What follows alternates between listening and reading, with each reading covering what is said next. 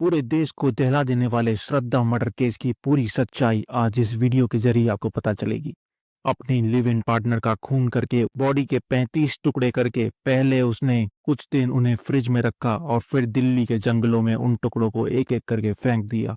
श्रद्धा को बेइंतहा प्यार करने वाले आफताब ने आखिर क्यों उसकी हत्या इतनी बेरहमी से की?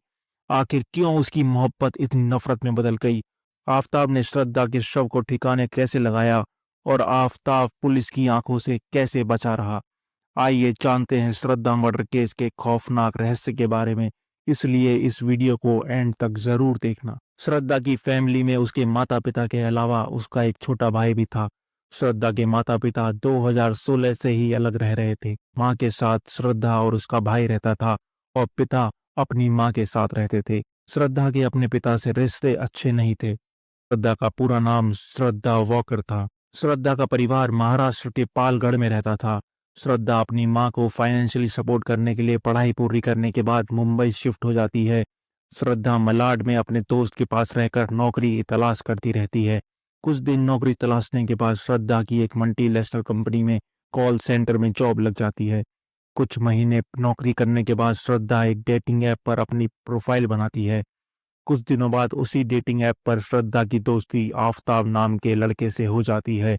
कुछ दिन डेटिंग ऐप पर बात करने के बाद श्रद्धा को पता चलता है कि आफताब भी एक मल्टीनेशनल कंपनी के कॉल सेंटर में काम करता है। आफताब से कुछ दिन बात करने के बाद दोनों मिलने का प्लान बनाते हैं। कुछ मुलाकातों के बाद ही आफताब श्रद्धा के दिल में जगह बना लेता है। अब दोनों लिव इन रिलेशनशिप में रहने का प्लान बनाते हैं। दोनों की मुलाकात मई 2019 में होने के बाद अक्टूबर 2019 में एक फ्लैट में रहने लगते हैं। श्रद्धा की माँ उसके लिव इन में रहने पर विरोध जताती है, लेकिन श्रद्धा ने अपनी माँ को बालिग होने और अपना अच्छा बुरा खुद जान लेने की बात कहकर चुप करा देती है। श्रद्धा ने अपनी माँ से रिश्ता भी तोड़ दिया था। उसने माँ से कहा था कि अब आफताब ही उसकी जिंदगी है और वो जल्द ही उससे शादी भी करने वाली है। श्रद्धा के माँ बाप फेसबुक और इंस्टाग्राम से ही श्रद्धा के बारे में जान पाते थे। 23 जनवरी 2020 को श्रद्धा की चिंता में उसकी मां सुमन की मौत हो जाती है। सुमन की मौत के बाद श्रद्धा और उसके पिता की फोन पर बात होती है। श्रद्धा अपने पिता को बताती है कि आफताब उसे परेशान करता है।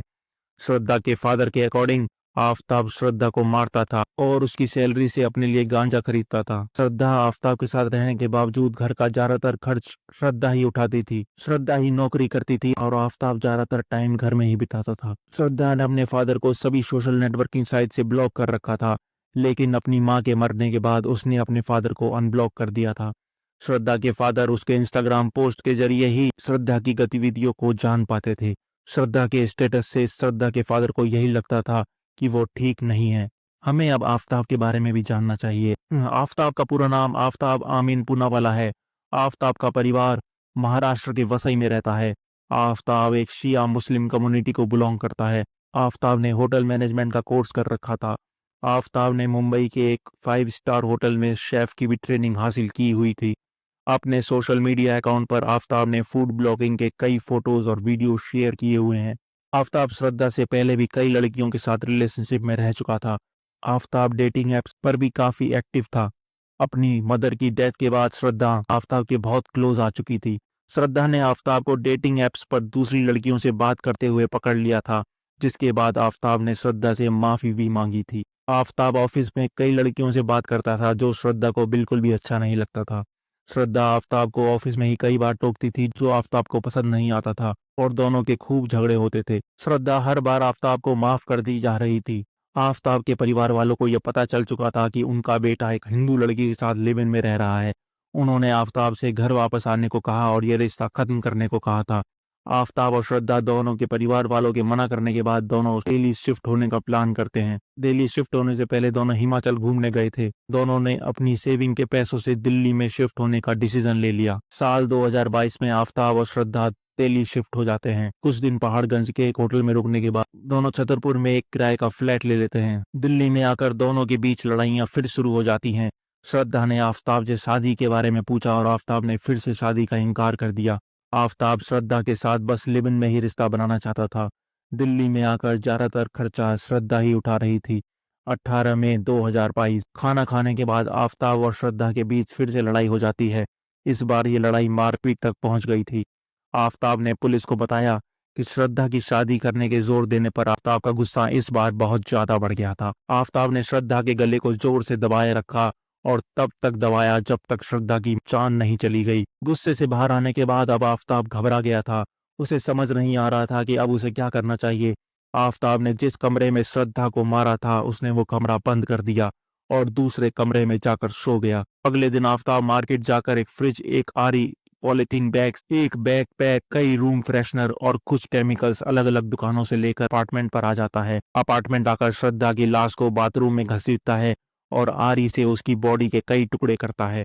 हाथ और पैर को काटकर उसने फ्रिज के फ्रीजर में रख दिया। रूम फ्रेशनर को बार बार कमरे में डाला ताकि कमरे में बदबू न आए। इस तरह उसने 18 दिनों तक, करीब 5 जून तक, श्रद्धा के शरीर के टुकड़ों को ठिकाने लगाता रहा। पॉलिथीन में टुकड़ों को डालकर मेहरौली के जंगल में श्रद्धा के शरीर के टुकड़ों को डालता रहा। फूड डिलीवरी ऐप से ऑनलाइन खाना मंगाकर वो खाना उसी फ्रिज में रखता था जिसमें श्रद्धा के शरीर के टुकड़ों को रखा हुआ था। शरीर को काटते हुए आफ्ताब का हाथ आरी से हल्का सा कट जाता है, जो शुरू में तो उसने इतना गौर नहीं किया, लेकिन बाद में केमिकल यूज करते हुए जो घाव पड़ जाता है, केमिकल यूज करते हुए वो घाव बढ़ जाता है। घाव को सही कराने को डॉक्टर के पास जाता है। डेट अप्रॉक्सीमेटली 19 मई का था और मॉर्निंग आवर्स में आया था, अराउंड 11-12 के बीच में।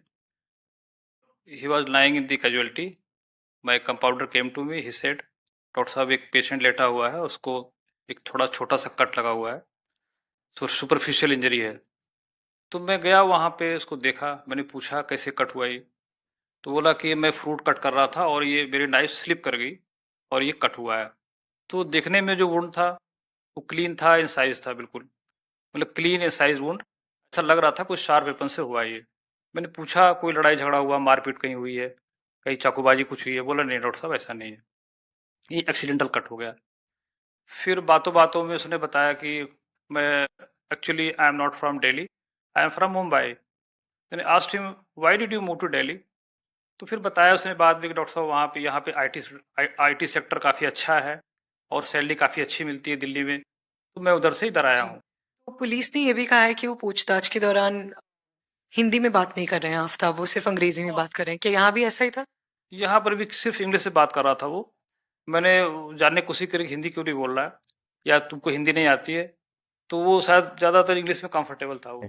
शरीर के कितने टुकड़े उसने जंगल में फेंके और ये काउंट करने के लिए उसने एक डायरी बना रखी थी। अब आफ्ताब श्रद्धा का फोन भी चलाने लग गया था। वो बड़ी चालाकी से श्रद्धा के कुछ फ्रेंड्स को रिप्लाई करता था ताकि उन्हें ये लगे कि श्रद्धा अभी जिंदा है। आफ्ताब ने श्रद्धा के बैंक अकाउंट से अपने अकाउंट में 54,000 रुपए भी ट्रांसफर कर लिए थे। आफ्ताब अपने आसपास के पड़ोसियों से कोई बात नहीं करता था और ज्यादातर टाइम अपना कमरा बंद ही रखता था। आफ्ताब ने फिर से डेटिंग एप्स पर चैट करना शुरू कर दिया था। वो एक लड़की से डेट करने लगा और उस लड़की को अपने अपार्टमेंट में लेकर आया। लड़की रात भर उसी अपार्टमेंट में सोई थी जिसके फ्रिज में अभी भी श्रद्धा का सिर रखा हुआ था। श्रद्धा के सिर को आफ्ताब ने जंगल में ले जाकर केरोसिन से आग लगा दी ताकि कोई उसे पहचान ना पाए।